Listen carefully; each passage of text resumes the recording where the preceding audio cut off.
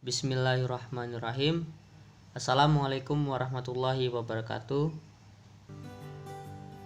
Kami dari kelompok 3 akan memaparkan materi terkait dengan karakteristik dan kompetensi anak dan remaja, yaitu psikososial, moral, dan spiritual. Adapun anggota dari kelompok kami yang beranggotakan 5 orang, izin memperkenalkan diri. Saya sendiri Dian Aji Prayoga, dan ada Dewi Ratnasari, Madila Angeli, Siti Makfiroh, dan Vela Marta Utami, dengan dosen pengampu Bapak Hardiansyah Masya, MPD. Oke, langsung saja untuk mempersingkat waktu. Untuk materi yang pertama yang akan disampaikan oleh rekan kami, yaitu Dewi Ratnasari. Kepada Dewi Ratnasari dipersilahkan. Karakteristik dan kompetensi anak. Menurut urutan waktu, masa kanak-kanak adalah masa perkembangan dari usia 2 hingga 6 tahun.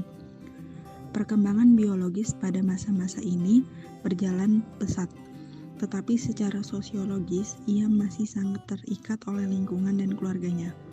Oleh karena itu, keluarga sangat berperan penting untuk mempersiapkan anak untuk beradaptasi ke lingkungannya yang lebih luas, terutama lingkungan sekolah.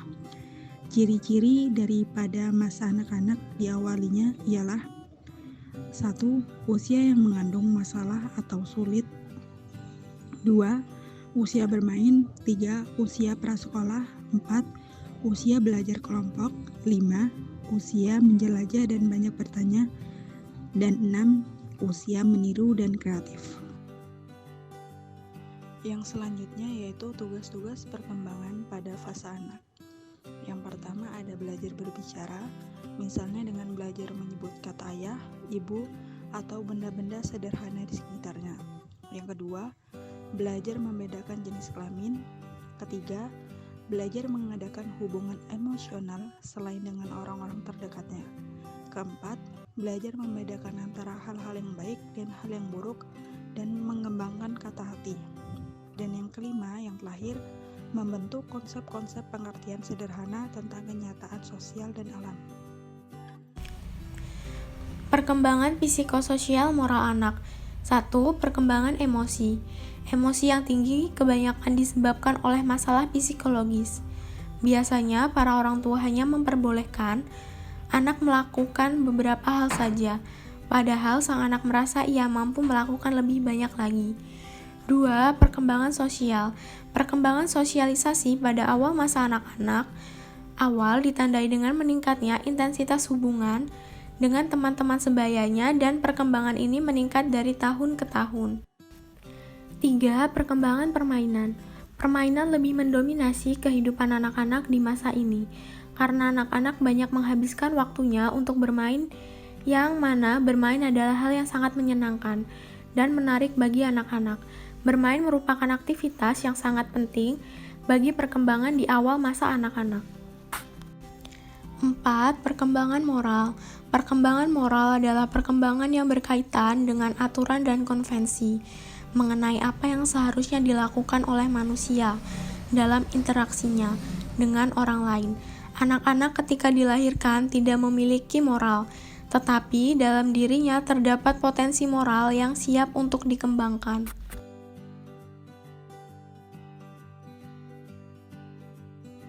Materi selanjutnya yaitu tentang faktor penting yang mempengaruhi hubungan pertemanan anak. Yang pertama ada cara orang tua mendidik dan membina anak. Yang kedua ada urutan kelahiran. Yang ketiga ada gender. Yang keempat ada kecakapan dan keterampilan mengambil peran. Yang kelima ada nama. Dan yang terakhir yaitu ada daya tarik. Materi selanjutnya yaitu tentang teori mengenai perkembangan moral pada masa awal anak-anak.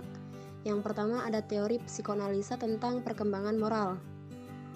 Menurut teori ini, manusia memiliki 3 struktur kepribadian yang berbeda-beda, yaitu ada ID yang merupakan kepribadian yang irasional dan tidak disadari. Lalu ada kepribadian ego, yaitu kebalikan dari ID. Ego merupakan kepribadian rasional dan disadari tetapi tidak memiliki moralitas. Dan yang terakhir ada superego yang memiliki sistem nilai dan juga moral. Yang kedua ada teori belajar sosial tentang perkembangan moral. Teori ini menyatakan bahwa tingkah laku moral merupakan respon atau stimulus. Proses-proses penguatan, penghukuman, dan peniruan digunakan untuk menjelaskan perilaku moral anak-anak. 3. Teori kognitif Piaget tentang perkembangan moral. Menurut Piaget, perkembangan moral digambarkan melalui aturan permainan. Karena itu, hakikat moralitas adalah kecenderungan untuk menerima dan menaati sistem peraturan. Jadi, seseorang anak akan berkembang moralnya melalui aturan-aturan permainan. 4. Teori Kohlberg tentang perkembangan moral. Menurut Kohlberg, anak-anak memang berkembang melalui interaksi sosial. Namun, interaksi ini memiliki corak khusus. Teori Kohlberg adalah orientasi yang mengungkapkan moral hanya ada dalam pikiran dan yang dibedakan dengan tingkah laku moral dalam arti perbuatan nyata. Semakin tinggi tahap perkembangan moral seorang, maka akan semakin keterlibatan moralitas yang lebih mantap dan bertanggung jawab dari perbuatannya. Pembinaan kecerdasan spiritual anak. 1. Zero Mind Process, yaitu berusaha mengungkap belenggu-belenggu pikiran dan mencoba mengidentifikasi paradigma itu, sehingga bisa dikenali apakah kerangka berpikir tersebut sudah mengkerangkeng pikiran. Bila hal itu ada, diharapkan bisa diantisipasi lebih dini sebelum menghujam ke dalam benak. Hasil yang diharapkan merupakan lahirnya alam pikiran jernih, yaitu kembali pada hati serta pikiran yang bersifat merdeka serta bebas berasal belenggu. 2. Mental building. Maksudnya ialah kesehatan mental, yaitu terhindarnya asal gejala gangguan jiwa dan tanda-tanda penyakit jiwa. Pengetahuan dan perbuatan yang bertujuan mengembangkan segala potensi, bakat serta pembawaan semaksimal mungkin, sebagai akibatnya mampu membawa kebahagiaan diri serta orang lain. 3. Personal strength. Intinya, hal ini dimulai dari penetapan-penetapan kecil pribadi dan dilanjutkan menggunakan pembentukan karakter, pengendalian diri, serta mempertahankan komitmen eksklusif. 4. Social strength, yaitu pembentukan dan pelatihan buat melakukan aliansi, sinergi menggunakan orang lain, atau menggunakan lingkungan sosialnya. Suatu perwujudan tanggung jawab sosial seseorang individu yang telah mempunyai ketangguhan pribadi. 5. Aplikasi total. Pada tahap ini, seluruh langkah-langkah di atas harus dilakukan sehingga dapat diharapkan lahirnya ketangguhan sosial atau social strength. Spiritualitas merupakan dasar bagi tumbuhnya harga diri, nilai-nilai, serta moral. Materi yang selanjutnya yaitu langkah-langkah untuk menumbuhkan dan mengembangkan kecerdasan spiritual. Yang pertama, menjadi pribadi spiritual yang baik. Orang tua atau guru yang bermaksud mengembangkan SQ atau social quality anak haruslah seseorang yang sudah mengalami kesadaran spiritual juga.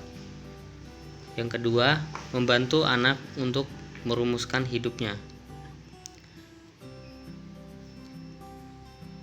Nyatakan kepada anak bahwa ada berbagai tingkat tujuan dalam merumuskan misi hidup ini, mulai dari tujuan paling dekat sampai tujuan paling jauh, dan bahkan tujuan akhir kita. Yang ketiga, mengajarkan Al-Quran bersama-sama dan jelaskan maknanya dalam kehidupan kita. Dalam kehidupan kita, dalam mengajarkan Al-Quran, orang tua, juru dakwah, dan para pendidik hendaknya mendasarkan pengajarannya kepada Al-Quran dan hadis yang berisi petunjuk-petunjuk penting Rasulullah SAW. Sebab yang akan diajarkan adalah firman ilahi yang merupakan undang-undang dan pedoman hidup umat manusia. Yang keempat, menceritakan kisah-kisah Nabi dan Rasul serta kisah teladan lainnya. Anak-anak bahkan orang dewasa sangat terpengaruh dengan cerita karena manusia, kata Gerbrand, adalah satu-satunya makhluk yang suka bercerita dan hidup berdasarkan cerita yang dipercayainya.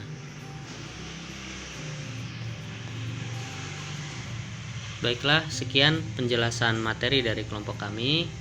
Kurang lebihnya kami mohon maaf. Dan untuk teman-teman sekalian, jika ada yang ingin bertanya, silakan bertanya di kolom komentar yang ada di aplikasi Trello. Sekian, terima kasih. Wassalamualaikum warahmatullahi wabarakatuh.